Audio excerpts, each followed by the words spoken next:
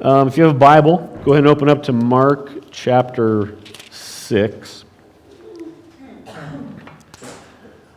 As you know, for those of you that have been with us, Mark's gospel is very fast-paced, and we've been seeing Jesus do a lot of things here in a short amount of time. But as we pick up in our text today, the disciples had just witnessed Jesus feed, the Bible says 5,000 men. In all reality, it was more than just the men that got fed. There was women and children, so, 15 to 20,000 people potentially. We don't really know. But Jesus fed a whole bunch of people with just a little bit of food, one of the Jesus' miracles that he performed. And immediately before that scene happened, you might remember earlier in chapter 6, Jesus sent out his disciples out kind of into the world and gave them authority to do things. And so they cast out demons and they healed people under the authority given to them by Christ. We pick up in our text today with Jesus sending off his disciples after this miracle to get away from the crowd while Jesus himself dismisses the crowd. Now, before we get into our text today, I don't know about you, I read these things and I would like to think that I wouldn't need much convincing of who Jesus is after seeing some of the things that his disciples have seen. But the reality is that his disciples, and we'll see today, they're still not convinced of who Jesus is, even seeing what they've seen.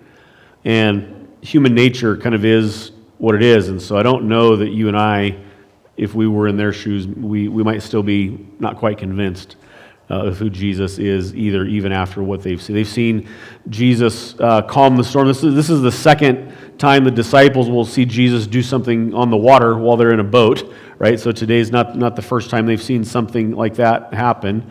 They've seen him heal. They've seen him cast out demons. They're going to see more healing today. They've seen Jesus command nature. They've seen Jesus time and time again, though in veiled ways, confirm his deity. Yet they're still kind of struggling with who he is. And that gives me a little bit of solace that we doubt sometimes. Even like, preaching to the choir here, because you're here and not out at the lake this morning. You're probably convinced to some degree of who Jesus is. Otherwise, you might not be here this morning. But we doubt. And as we've said time and time again, God's big enough to handle our doubts, right? He can handle our questions. But if Jesus' disciples doubted and Jesus was patient and gracious with them, it would stand to reason that he's patient with me and gracious with me and my doubts and your doubts and questions and things of that nature, even though we know enough where we should be convinced of who Jesus is. Right? Paul tells us in the book of Romans, in Romans chapter 1, just look around at creation.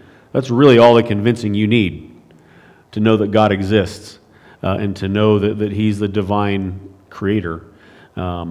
Yet we suppress the truth, and it's just what we do as human beings, right? And it's the entire problem of humanity, the entire problem of sin, is that we suppress what we ought to naturally know to be true. So anyway, as we pick up in our text today, like I said, Jesus just fed a whole bunch of people, thousands of people, with just a little bit of food, with a few loaves and a couple of fish. And Jesus, to this point in his ministry, has gathered a crowd, right? He's kind of known. Word is spreading, and the people that are following him are intensifying. And so as we pick up in verse 45 of chapter 6, we're going to finish out the chapter today. But as we pick up at verse 45, so immediately after this miracle of the feeding of the 5,000, immediately he made his disciples get into the boat. They were right on the shore of the Sea of Galilee, and go before him to the other side, to Bethsaida, while he dismissed the crowd. And after he had taken leave of them, he went up to the mountain to pray. And when evening came, the boat was out on the sea, and he was alone on the land. And he saw that they, the disciples, were making headway painfully, for the wind was against them. And about the fourth watch of the night, he he came to them walking on the sea. He meant to pass by them. But when they saw him walking on the sea, they thought it was a ghost and cried out, for they all saw him and were terrified.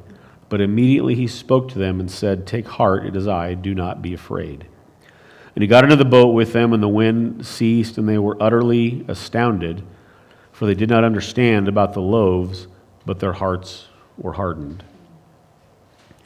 So, like I said before, this is not the first time that Jesus has defied logic and defied nature in front of his disciples while they were on a boat. You might remember a few chapters back when they were in a great storm in a boat, and waves were coming up onto the boat. And remember, this was back in the days before they had motorized propulsion, right? This was, wooden boats, with oars or sails or whatever the case may be. So they didn't have a lot of control.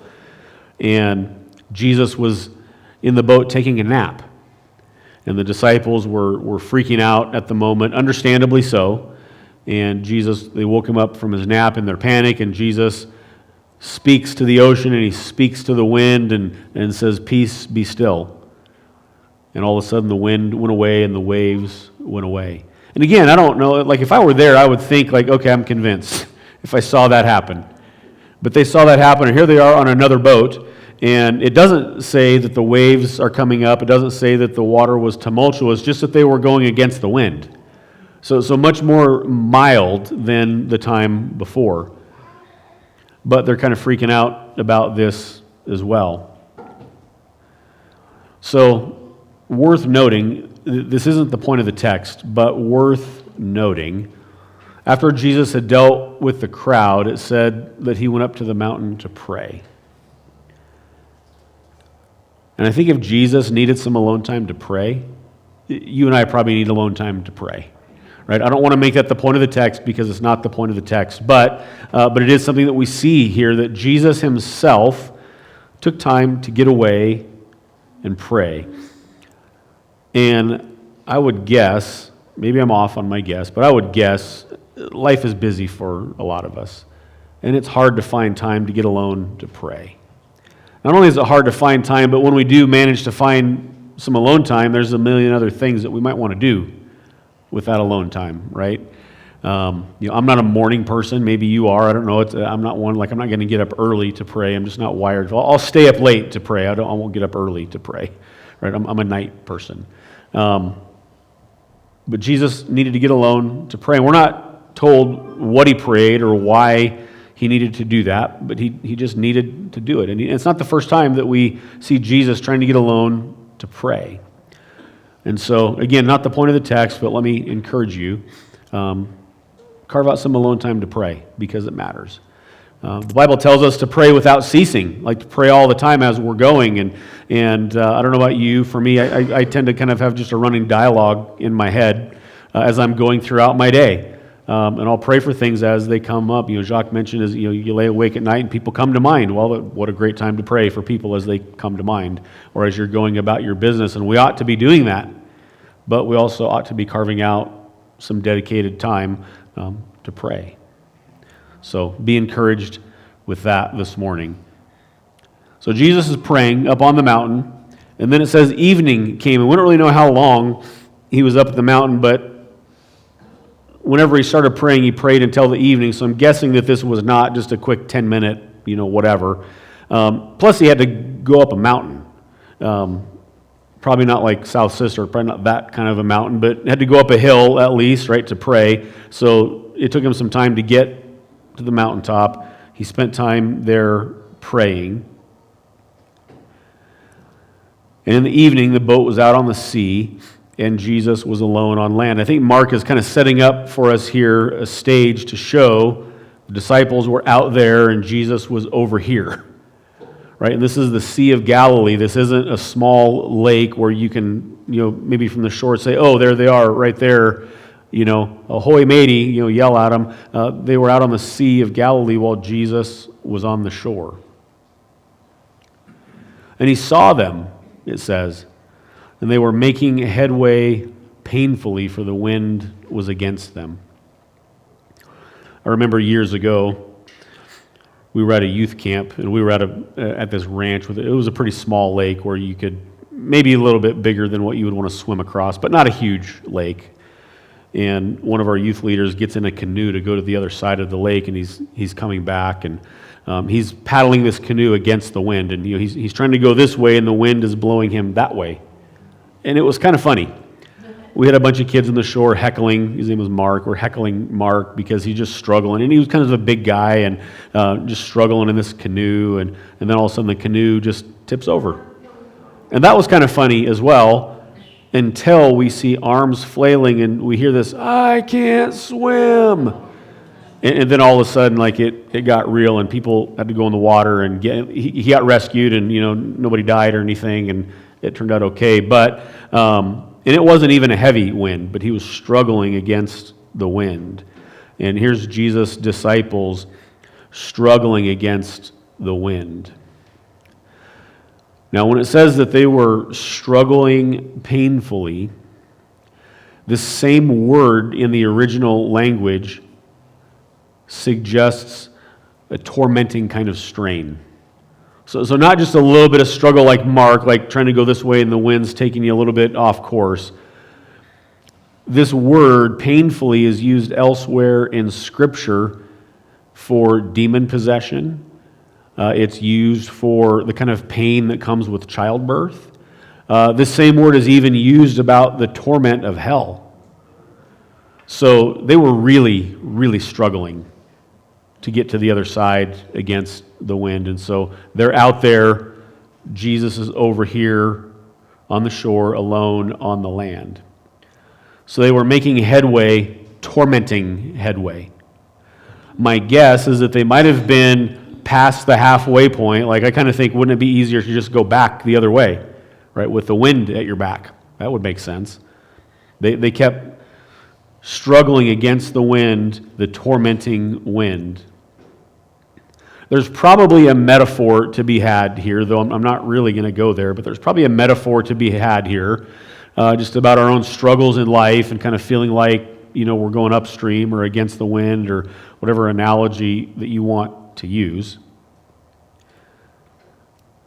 But it was the fourth watch of the night, which is to say between about 3 a.m. and 6 a.m. So this isn't during the day.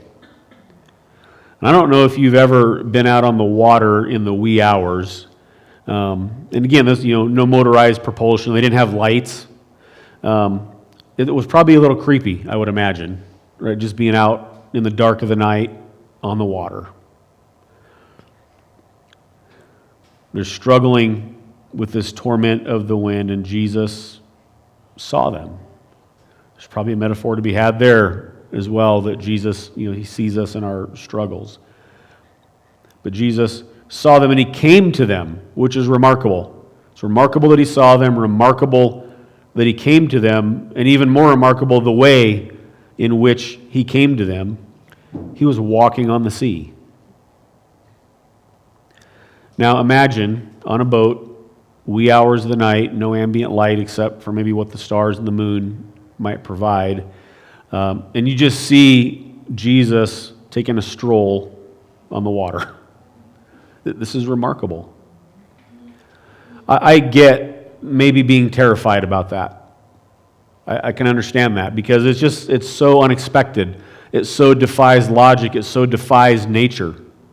I get that being scary. They saw him, it says, and they thought that he was a ghost, and he cried out. That seems like a reasonable, kind of normal reaction to this, right? Even given all that they've seen to this point, this seems like a normal reaction. But there's a statement here that's easy for us to gloss over, and it says that he meant to pass them by. Or he meant to pass by them. And I read that, and I wondered, why? Like, did he just mean to pass by the boat and he accidentally got discovered and seen by the disciples? Accidents don't happen to Jesus, right? Everything Jesus did and everything he said was intentional. Everything was moving towards some kind of point. So I don't think this was an accident, like he was trying to get by sight unseen and they spotted him. It wasn't that he was trying to sneak by them. It says he meant to pass by them. So he was intentionally passing by them. It's not to say that he was trying to pass them by without care for their struggle. This same language about passing by, now this is quite interesting to me, this same language for passing them by is the same language that's used for what God did for both Moses and Elijah in the Old Testament. I'm not sure if you're familiar with these stories, but both Moses and Elijah had a moment where God intentionally passed by them in order that they might see his glory. He intentionally passed by them in order that they might see his glory. The scene for Moses is found in Exodus 33. You don't have to turn there, but Moses said to God, "Please show me your glory." That's a big ask. Moses didn't quite understand what he was asking for. But he asked God, "Please show me your glory." And he said, God said to Moses, "I will make all my goodness pass before you and will proclaim before you my name, the Lord. And I will be gracious to whom I will be gracious, and I will show mercy on whom I show mercy. But," he said, "you cannot see my face, for man shall not see me and live." This is the power, the glory of God. And the Lord said, "Behold, there is a place by me where you shall stand on the rock, and while my glory passes by, I will put you in the cleft of the rock, and I will cover you with my hand until I have passed. And then I will take away my hand, and you shall see my back, but my face shall not be seen." This is a gracious act of God, because had Moses been fully exposed to the glory of God, the human can't handle it. It would have killed him. But God intentionally passed by Moses, hiding him in the cleft of the rock so that he could get a glimpse of the glory of God. This is the language when Mark says that Jesus meant to pass them by.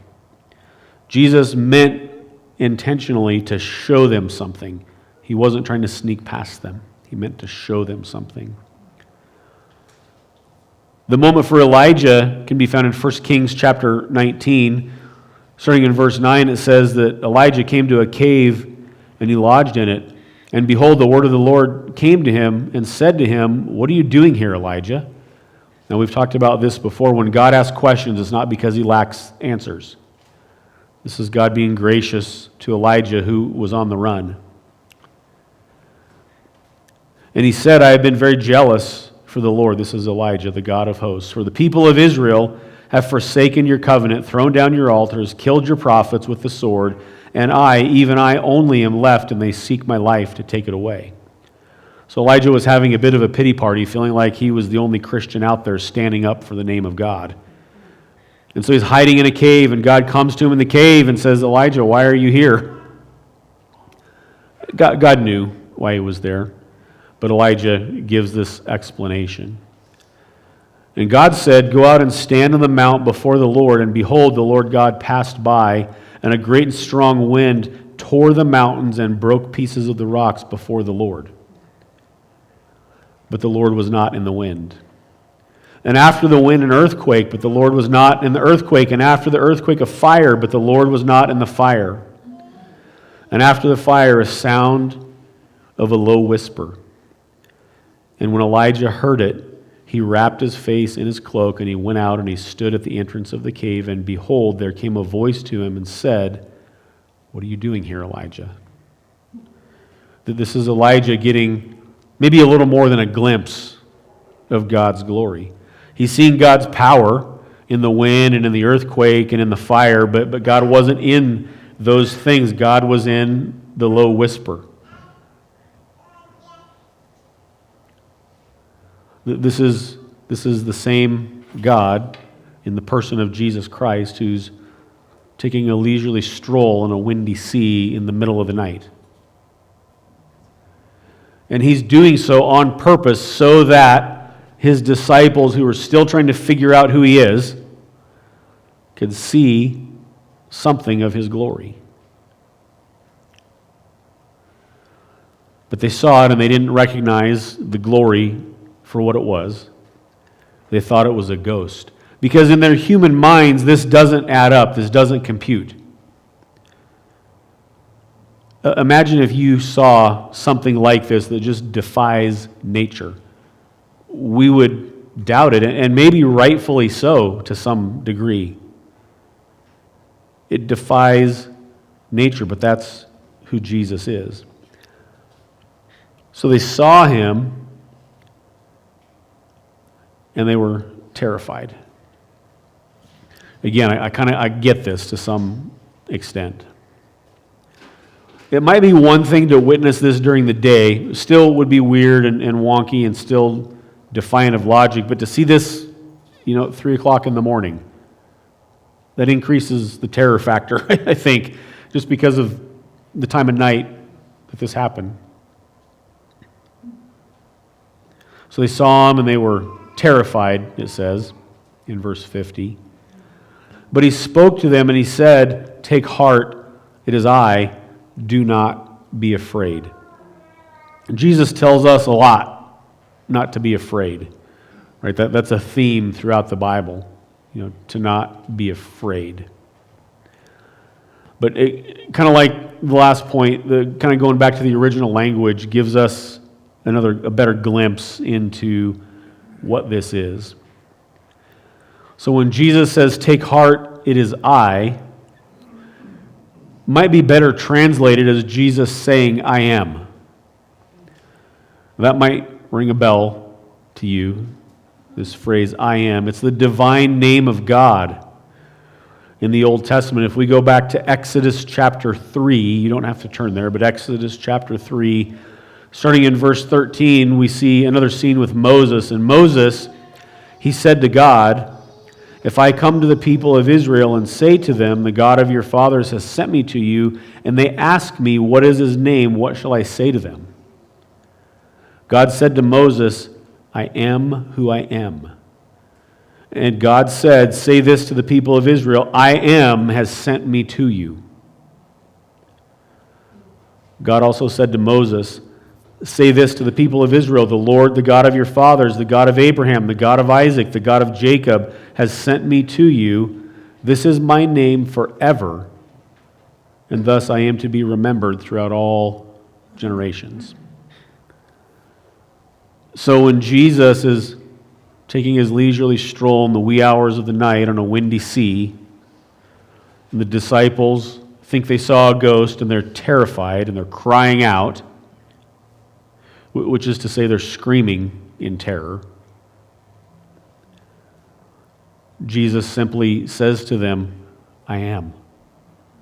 That would have meant something to them,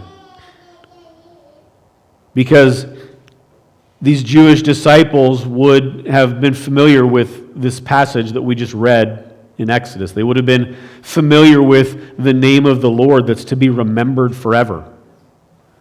They would have been familiar with the legend of Moses, though it's more than a legend, it actually is a true story.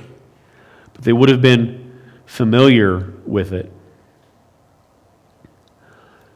And so it's not that Jesus is saying, "Don't be afraid, you sissies." He's saying, you have nothing to fear because I'm God. You have nothing to fear because I'm God. I would like to think that's all the convincing, had I not been convinced up to this point, that would have been enough. But it wasn't, right? His disciples still struggle.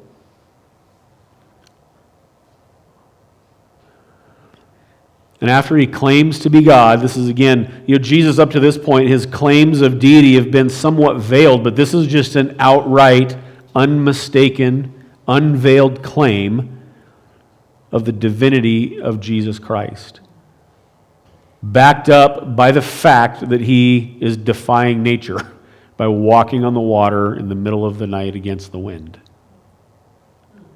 It brings some credence, or should bring some credence to the claim. Anybody can say, "Hey, I'm God." Anybody can say that. But not anybody can say that while walking on the sea in the middle of the night before his disciples. And it says in verse 51 that he got into the boat with them and the wind ceased. Now, imagine just this violent wind that all of a sudden just calms down. Another thing that should back up the claim that he just made, Jesus defying nature. And it says that they were utterly astounded. But I don't think that they were positively astounded. I think they were maybe befuddled.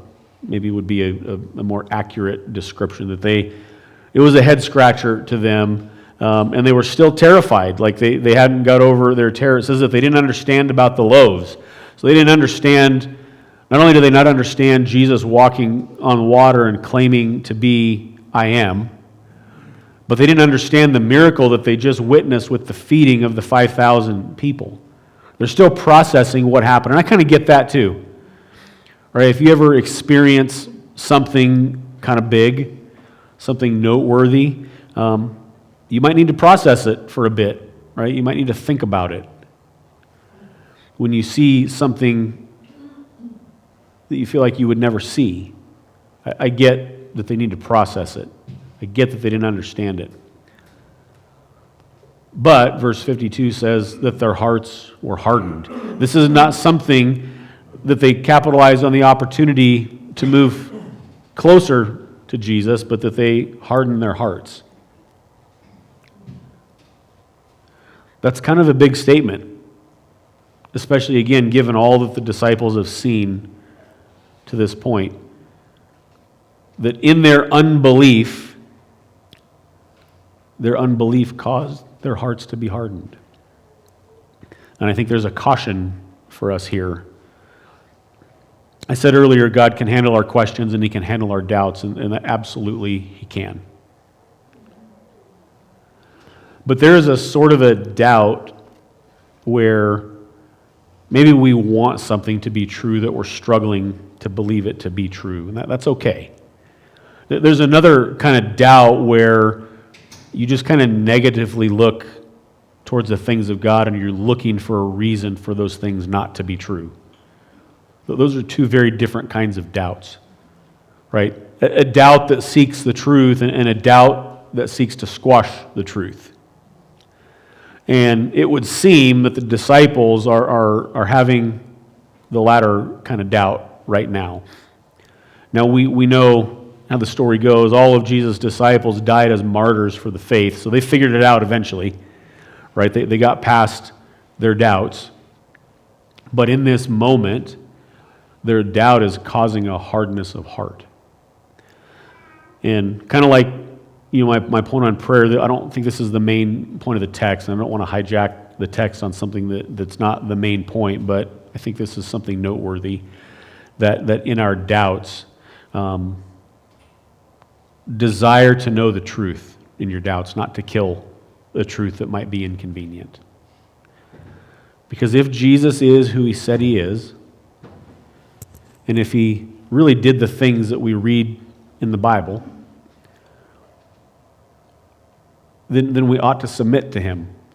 We ought to submit to His rule and His authority in our lives, even if it seems or feels inconvenient or uncomfortable.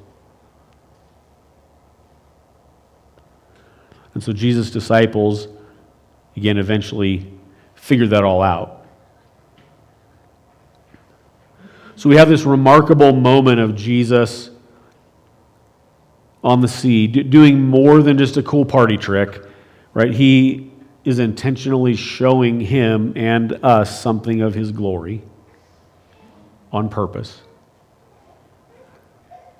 And He's making an unveiled claim, a definitive claim of who He is.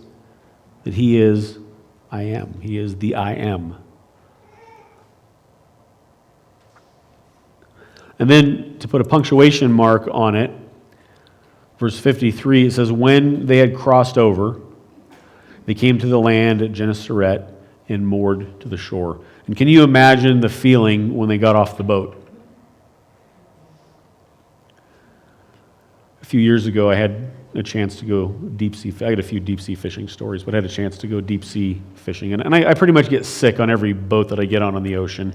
I don't get sick on planes, but I get sick on boats. And this was a friend of mine who was a disabled vet, and he went on this fishing trip with a bunch of disabled veterans.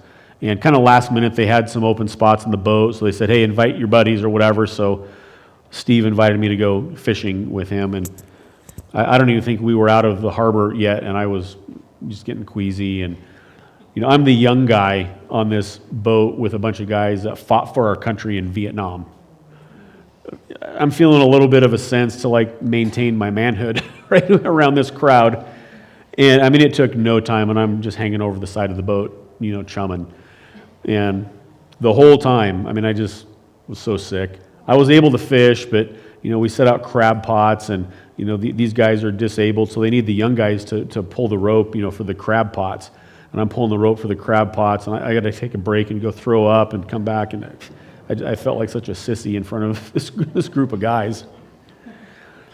But when we got back to the dock, I mean, the second I got off the boat and onto the dock, just my queasiness went away, and it was the best feeling I think I've ever felt in my life. Like I was ready for lunch, let's go eat. I was depleted, and so we went and had lunch. I get the sense that this is kind of the scene that once they finally got over to the other side of the Sea of Galilee, and they moored on the shore, and it just had to be the greatest feeling in the world to get off of that boat, right? And when they got out of the boat, the people immediately recognized Jesus. So they were, remember, trying to escape a crowd that was on this side of the Sea of Galilee.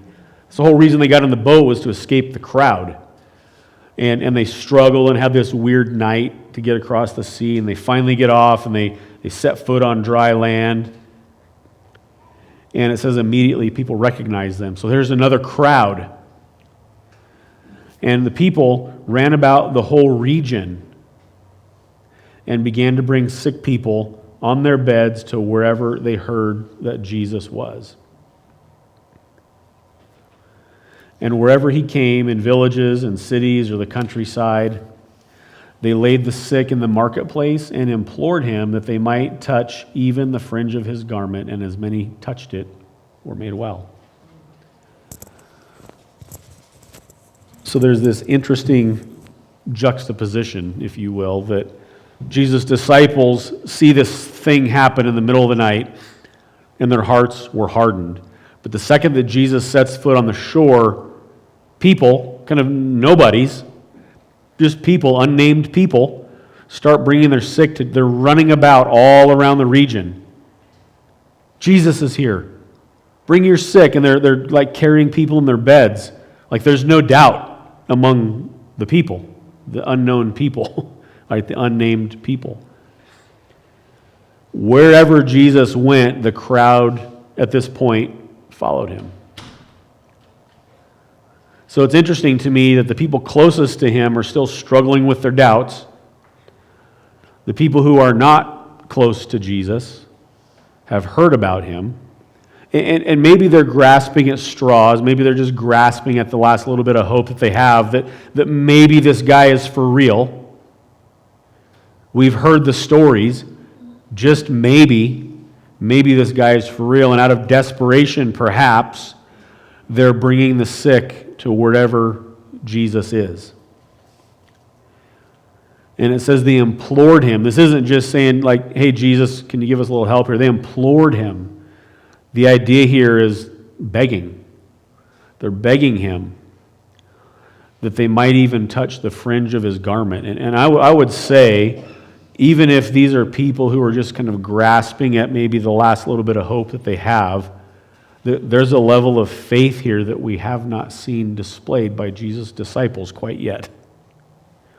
There's a level of faith that even if we can just touch this guy, not even touch him, if we can even just touch his robe. And you know what happened? As many people as did touch the robe, they were made well. Jesus, it doesn't say that Jesus had to touch them. There are times in Jesus' ministry where he did that. But in this moment, All they had to do was just touch the fringe of his robe, and they were healed. They were made well. This, again, shows us something of Jesus' glory. It shows us something of the power of God. Right? We have other instances in the Bible where Jesus heals people from a great distance. Right? They don't even have to be in front of him. But I just find this remarkable of his disciples having hardness of heart, yet the unnamed crowd having some hope that he can heal them, and they're bringing the sick to them. And imagine the difficulty in bringing the sick. Like, these aren't people that just have a house cold. It's not that kind of sick. These are people that maybe are on their way out of this world. Like, these are bedridden people, not exactly easy to travel with. This was before the days of, motorized scooters where disabled people can a little more easily get around. They probably had to have 3, 4, 5 people carry a bed that somebody couldn't get out of to get to Jesus. So this was kind of a big deal. Level of difficulty in getting people to Jesus. But wherever he went, to the countryside or in the towns, in the marketplaces, they were bringing the sick to Jesus, and as many people were able to even just touch his robe, they were made well. Just another incredible miracle of Jesus. And so again, there's, the juxtaposition of, the disciples whose hearts are hardening at this point versus the people who are recognizing that maybe there's some hope to be had here, and they're grasping for hope. And I would encourage us as Christians is that we would be people that would grasp for hope.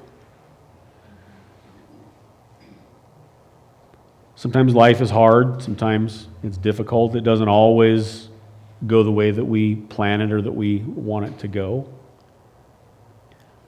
But Jesus does promise to be with us till the end of the age for those that belong to him. We have that promise. He'll be with us. And so he's not unaware of our struggles or our difficulties. He's not unaware of the headwinds that we face. And as we've seen today, he's not powerless to calm those headwinds, literally and figurative headwinds. He's not powerless to do that. And it's in those moments, I believe, that Jesus intentionally wants to pass us by. Not get past us, but to show us something of who he is, to show us something of his glory in the midst of our difficulties. And I'm pretty convinced, kind of the more I walk with the Lord and the older I get, that it's in the difficult moments that we experience God maybe more than in the easy moments. Because in the difficult moments, sometimes we realize that's all that we've got. All we've got is to turn to God. In the easy moments, we tend to forget that. We tend to be pretty self-reliant in the easy moments. So our main points to pull out of here is seeing Jesus' sovereignty and his divinity. Kind of some side points that aren't the main points of the text, but do matter greatly, is that Jesus needed to pray. We need to pray intently, right? Sometimes by ourselves. And then he's not unaware of our struggles, and he sees our struggles, and he has the power to help us in our struggles. And we would do well to remember that. Father, this morning we're thankful. Thankful that you can defy nature and defy logic because you're the creator of nature and of logic. And so I pray that you would help us to remember today that you are the God whose name is to be remembered forever. You are the I Am. And as we approach the communion table this morning, remembering that you are the I Am, remembering that you are the God who became flesh and dwelt among us, and that you are the God whose body was broken for us and the God whose blood was shed for us, that we would remember that we would take solace in it, that we would gain hope that you are for us. So as we consider the elements of communion today, representing your body broken and your blood shed, may that gospel truth not be lost on us here this morning, and we ask it in Christ's name. Amen.